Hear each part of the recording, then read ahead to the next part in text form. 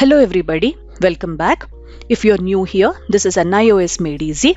On this channel, we do subjects prescribed by the NIOS board for the secondary and the senior secondary classes. If this interests you, please take a moment to subscribe. Today we are doing chapter 3 from painting.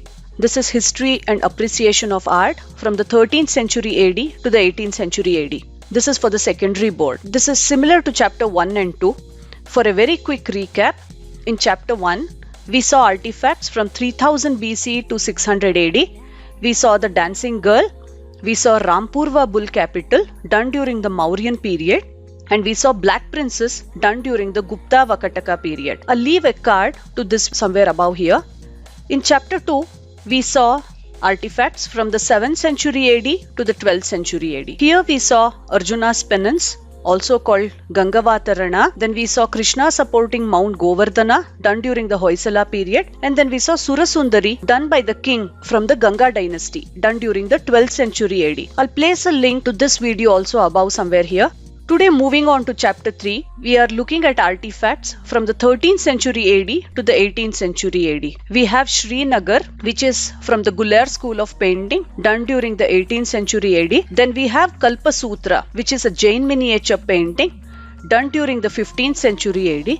Then we have Rasleela, which is a terracotta style found in Bishnupur. It was done during the 17th century AD. Let's get started. The first painting here is Srinagar. This belongs to the Guler school of painting.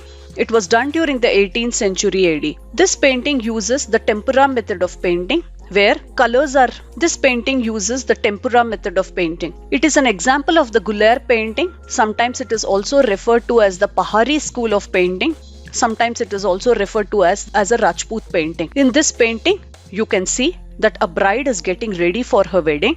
There is a maid who is sitting on the floor and she is preparing sandalwood paste. Another woman is tying an anklet to the bride. We have another woman who is holding a mirror, and there is another who is holding a garland of flowers. There is an elderly woman in this painting who is supervising the whole procedure. In this painting, you can see the painter's mastery over his craft because you can see shyness. There is elegance shown, especially the bride is radiating elegance. You can see that. Then all the faces are exquisite. We can see graceful attitudes, and there is a soft harmony in this painting. Moving on, let us see more about the Guler school of painting.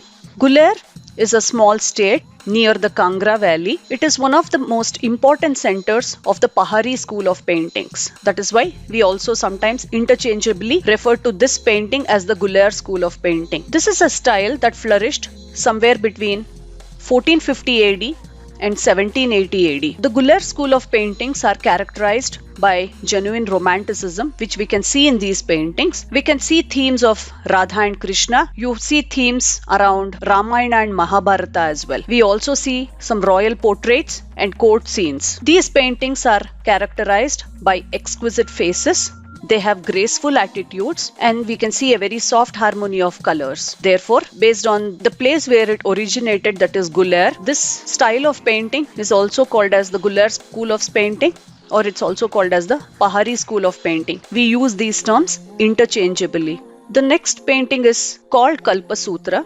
Basically, Kalpasutra is the name of a Jain scripture. This scripture is used for the paintings. The painting is a Jain miniature painting. Let's see what it is. It was done during the 15th century AD. This painting was done on palm leaves. Again, the tempera method of painting has been used here as well. In the miniature paintings, the painting is divided into squares and rectangles. And every square or a rectangle will tell you a story on its own. In this painting, we see men, women and animals against a red background. Every segment is separated from one another, or it is outlined using yellow color. Every segment will tell you a story. When we look at each of these segments, the eyes of the human figures are shown in frontal view. The female figures are shown to be wearing lots of jewelry. The predominant colors seen in these paintings are red and yellow.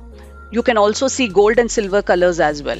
More about the Jain miniature paintings. This style of paintings was somewhere developed in India during the 7th century AD. It reached its maturity during the 10th century AD and the 15th century ADs. It reached its maturity between the 10th century AD and the 15th century AD. Scriptures, Jain scriptures like Kalkacharya Katha, Kalpasutra, etc. are illustrated here. We also have the images of Tirthankaras like Parshvanath, Neminath, etc. The important centers for these paintings were Punjab, Bengal, Orissa, Gujarat and Rajasthan. These manuscripts were painted on palm leaves. The colors were made from locally available pigments. Red and yellow were the most predominant colors used, along with gold and silver. The faces of the human figures in this style of painting is shown in the frontal view. The eyes are in the frontal view. The body or the torsos are also in the frontal pose. The female figures are shown to have lots of ornaments and jewelry on them. Moving on. The next painting is Rasleela. Rasleela is a celebration of the divine love of Radha and Krishna. We can see their friends, the gopis and the gopiyas. This is done on terracotta. It was done during the 17th century AD. And this particular tile is found in the Panchamura temple in Bishnupur in West Bengal. This is a beautiful panel. It has 3 concentric circles within a square space. The innermost circle is having the figures of Radha and Krishna along with the gopi. The other circles show rows of figures, that is the gopis and the gopiyas, who are holding each other's hands. If you look at the corners of the square, you can see that it is decorated with human figures, animal figures and birds. More about terracotta and Bishnupur. Bishnupur is famous for terracotta. Bishnupur is a small town in West Bengal. It has small temples decorated with terracotta styles. The temples in Bishnupur are dedicated to Vishnu and Shiva. We can see figures of Shiva, Durga, Radha, Krishna, etc.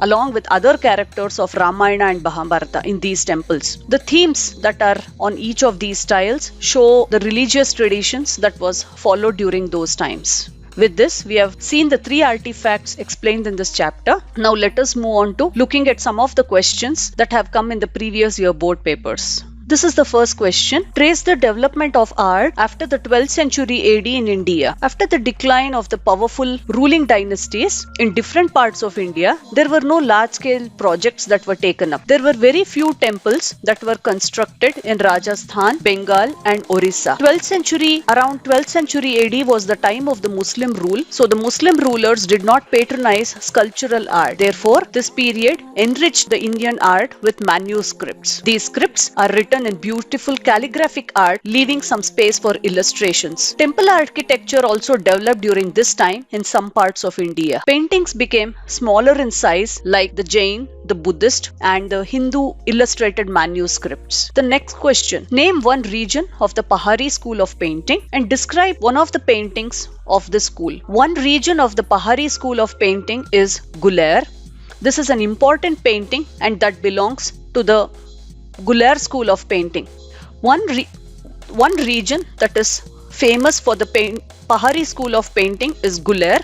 The important painting that belongs to the Guler school of painting or the Pahari school of painting is Srinagar. So in this painting Srinagar, we see a bride who is getting ready for her wedding. There is a maid who is sitting on the floor and she is preparing sandalwood paste. There is another woman who is tying an anklet on the bride. We see another woman who is holding a mirror and there's another who is also holding a garland of flowers. An elderly woman is supervising all these activities. Some of the important characteristics of this painting are exquisite faces, graceful attitudes, and a soft harmony of colors. The next question is about the characteristics of Jain miniature paintings. We have 2 questions which are asking you to write the same thing but they are worded differently. Let us read both of them. Describe the main characteristics of the Jain miniature paintings. What do you know about the Jain miniature paintings? Describe the aesthetic qualities of a painting from Kalpasutra. So the main characteristics of the Jain miniature paintings are: it was created during the 15th century AD. It uses the tempera method of painting. They are done on palm leaves. The painting is usually divided into squares and rectangles. We have men, women and animals who are painted against a red background. Every square or a segment is outlined with an yellow color, and every segment will tell you a different story. The human figures, especially their eyes, are shown in frontal view. The female figures are shown to be wearing lots of jewelry. Red and yellow colors are the predominant colors used here, along with gold and silver as well. Describe the famous Guler painting, that is Srinagar. Painting Srinagar belongs to the Guler school of painting. It was done during the 18th century AD. It uses the tempera method of painting. The Guler school of painting is also called the Pahari school of painting, sometimes also referring to as the Rajput painting.